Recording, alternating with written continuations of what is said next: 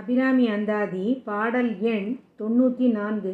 இதன் பலன் பைத்தியம் தெளியும் என்று சொல்லப்பட்டிருக்கிறது. பைத்தியம் என்று சொல்லக்கூடிய மென்டல் டிசீசஸ் இருக்கும் மனிதர்கள் இந்த பாடலை தொடர்ந்து பாராயணம் செய்தால் அவர்களின் மனம் தெளிவு பெற்று அந்த பைத்தியம் எனும் நிலையிலிருந்து நீங்கி சாதாரண மனிதர்களாக மாற முடியும். இப்போது பாடல்.